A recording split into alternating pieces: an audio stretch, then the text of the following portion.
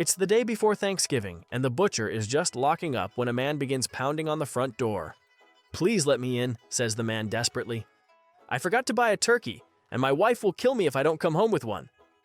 "Okay," says the butcher. "Let me see what I have left." He goes into the freezer and discovers that there's only one scrawny turkey left. He brings it out to show the man. "That one is too skinny. What else have you got?" says the man.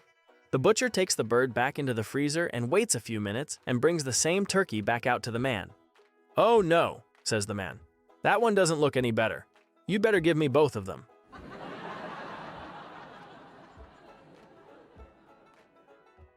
At school, little Johnny was told by a classmate that most adults are hiding at least one dark secret, and that this makes it very easy to blackmail them by saying, "I know the whole truth."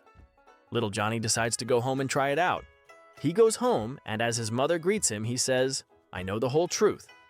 His mother quickly hands him $20 and says, "Just don't tell your father." Quite pleased, the boy waits for his father to get home from work and greets him with, "I know the whole truth." The father promptly hands him $40 and says, "Please don't say a word to your mother."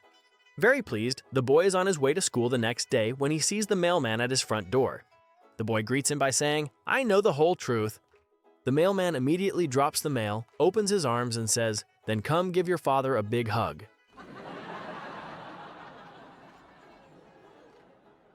A couple was celebrating their golden wedding anniversary on the beaches in Montego Bay, Jamaica.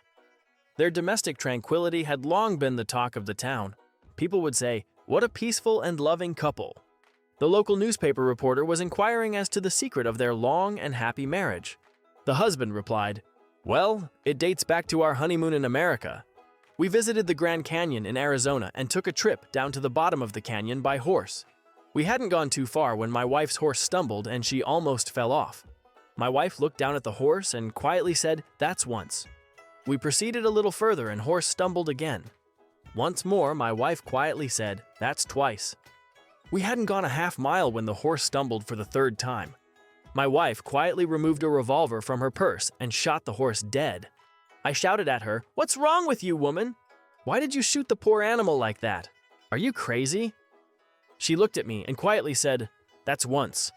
And from that moment, we have lived happily ever after."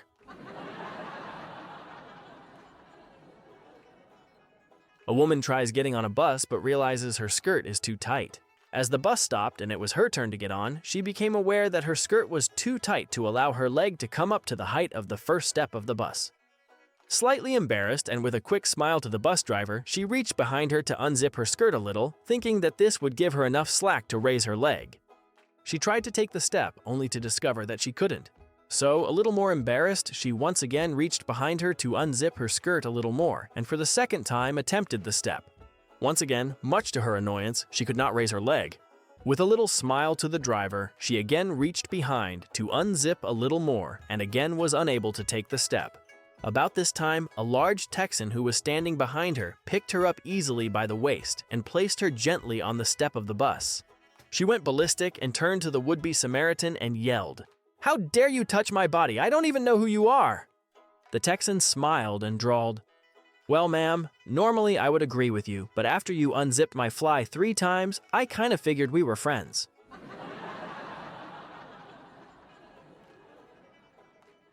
Each Friday night after work, Bubba would fire up his outdoor grill and cook venison steak. But all of Bubba's neighbors were Catholic, and since it was Lent, they were forbidden from eating red meat on Friday. The delicious aroma from the grilled venison steaks was causing such a problem for the Catholic faithful that they finally talked to their priest. The priest came to visit Bubba and suggested that he become a Catholic. After several classes and much study, Bubba attended Mass. The priest sprinkled holy water over him and said, "You were born a Baptist and raised as a Baptist, but now you are Catholic." Bubba's neighbors were greatly relieved until Friday night arrived and the wonderful aroma of grilled venison filled the neighborhood. The priest was called immediately by the neighbors. As the priest rushed into Bubba's yard, clutching a rosary and prepared to scold him, he stopped and watched in amazement. There stood Bubba, clutching a small bottle of holy water, which he carefully sprinkled over the grilling meat while chanting, "You was born a deer, you was raised a deer, but now you are a catfish."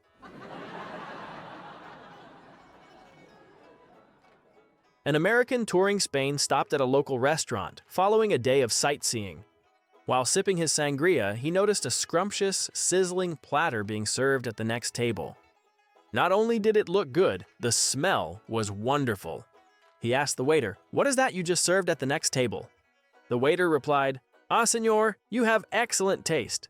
Those are bull's testicles from the bullfight this morning. A delicacy." The American, though momentarily daunted, said, "What the hell? I'm on vacation. Bring me an order."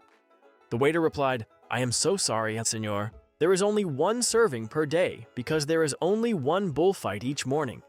If you come early tomorrow and place your order, we will be sure to save you this delicacy."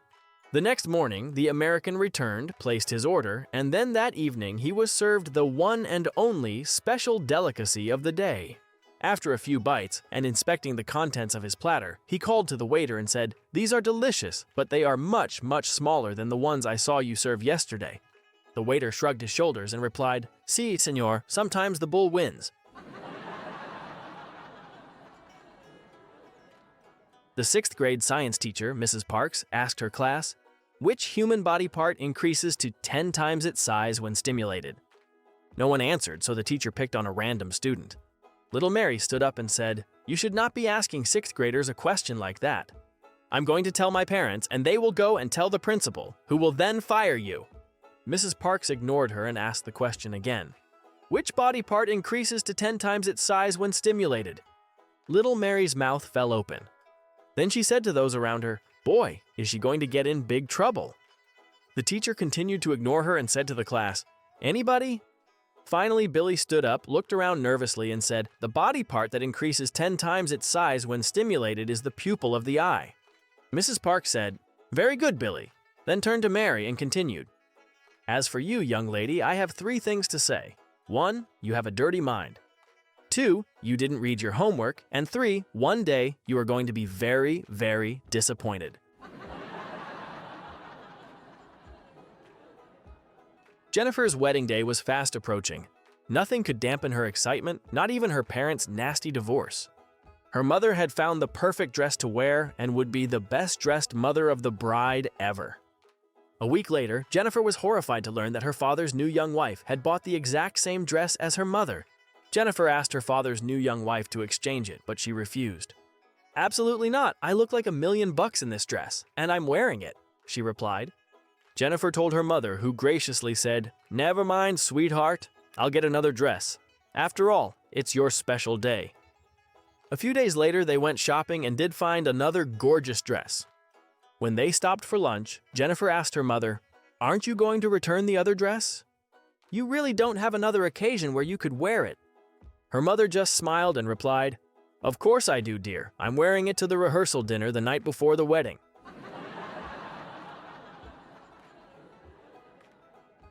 A lady walks into Harrods. She looks around, spots a beautiful diamond bracelet, and walks over to inspect it. As she bends over to look more closely, she unexpectedly farts. Very embarrassed, she looks around nervously to see if anyone noticed her little whoops and prays that a salesperson was not anywhere near. As she turns around, her worst nightmare materializes in the form of a salesman standing right behind her, good-looking as well. Cool as a cucumber, he displays all of the qualities one would expect of a professional in a store like Harrods. He politely greets the lady with, "Good day, madam. How may we help you today?" Blushing and uncomfortable, but still hoping that the salesman somehow missed her little incident, she asks, "What is the price of this lovely bracelet?" He answers, "Madam, if you farted just looking at it, you're going to shit yourself when I tell you the price."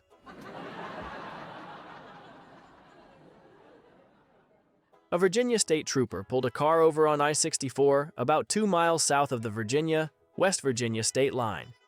When the trooper asked the driver why he was speeding, the driver said he was a magician and juggler and was on his way to Beckley, West Virginia to do a show at the Shrine Circus.